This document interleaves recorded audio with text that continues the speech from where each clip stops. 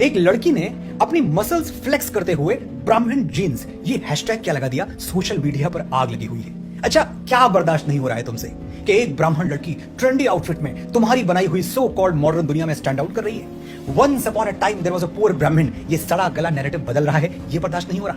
या फिर leftist cinema ने ब्राह्मणों के बारे में बरसों से जो झूठ परोसा है, उस झूठ को कीड़े लग रहे हैं, ये सहा नहीं जा रहा। गांव का सबसे सच्चा शरीफ आदमी कौन? खान चाचा। सबसे मक्कार मंदिर वाला पुजारी। फिल्मों के मुहावरे भी ऐसे बनाए गए कि ब्राह्मणों की पहचान कलंकित हो जाए। हवस का पुजारी, गुनाहों का देवता। अरे भाई साहब, हवस का मौलाना क्यों नहीं? पाप का पादरी क्यों नहीं? किसी समझदार आदमी ने कहा था, जब तक इस देश में सिनेमा है। अच्छा, एक बात सुनो, पानी में लाठी मारने से पानी फटेगा नहीं और तुम्हारे तिल मिलाने से ब्राह्मणों का गौरव घटेगा नहीं। एक क्रांतिकारी को जनेऊधारी बोल दिया तो लिबरल्स ऐसे छनछनाए जैसे जलते हुए तवे पर बैठा दिया हो। बात सुनने की हिम्मत तुम में है नहीं, लेकिन बोलने पे मजबूर कर रहे हो तो बोलना पड़ेगा। पहली बात तो ये समझ लो कि ब्राह्मण आकाश जैसा हृदय लेकर पैदा होता है। हम किसी को पराया मानते ही नहीं। इतिहास पढ़ो, क्षत्रिय राजाओं के सिंहासन हमने अपनी नंगी पीठ पर थामे हैं और आज भी थामेंगे। वैश्यों के साथ हमारा संबंध ऐसा रहा कि हमने अपने ज्ञान से उनकी तिजोरियां भरी और बदले में उन्होंने भी कभी हमें भूखा नहीं सोने दिया। जिनको तुम दलित कहते हो, हमने ऐसे रीति रिवाज बनाए कि उनके घर का चूल्हा हमेशा जलता रहे। डेस्टिनेशन वेडिंग तो बहुत अटेंड की होंगी तुमने। एक बार भारत की अंतरात्मा में होते हो, किसी गांव में जाओ, वहां कोई शादी ब्याह होते हुए देखो, दुल्हन के पैरों में महावर लगती है और यह महावर कोई ब्यूटी पार्लर से आके नहीं लगा सकता। ब्राह्मणों के बनाए हुए रीति रिवाजों के अनुसार महावर नाउन ही लगा सकती है। नाउन यानी नाई की पत्नी।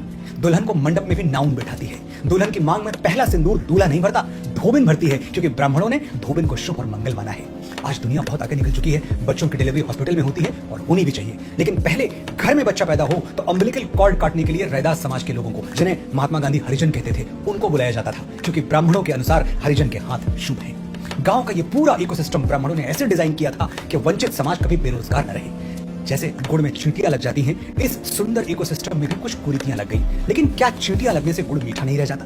क्या ये कुरीतियां हमारे भाईचारे को खोखला कर सकती हैं? लिबरल्स के बहकावे में मत आओ। ब्राह्मण भारतवर्ष का मस्तक है, इस मस्तक पर तिलक चमकता रहे, ये देश की हर जाति और हर संप्रदाय का कर्तव्य है। जिस दिन इस देश से ब्राह्मणत्व समाप्त हुआ, उसी दिन हमारे पराधीन और पत्तलित होने की उल्टी गिनती शुरू हो जाएगी।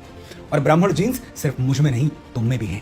अगर किसी ब्राह्मण टीचर ने तुम्हें पढ़ाया है, कभी किसी अटल बिहारी की कविता सुन के तुम्हारे अंदर राष्ट्र प्रेम जगा है, कभी बाबा तुलसी की मानस में सीता हरण का प्रसंग पढ़ के रोए हो, तो भावना की, ज्ञान की और देश प्रेम की वो जीन्स ही ब्राह्मण जीन्स हैं।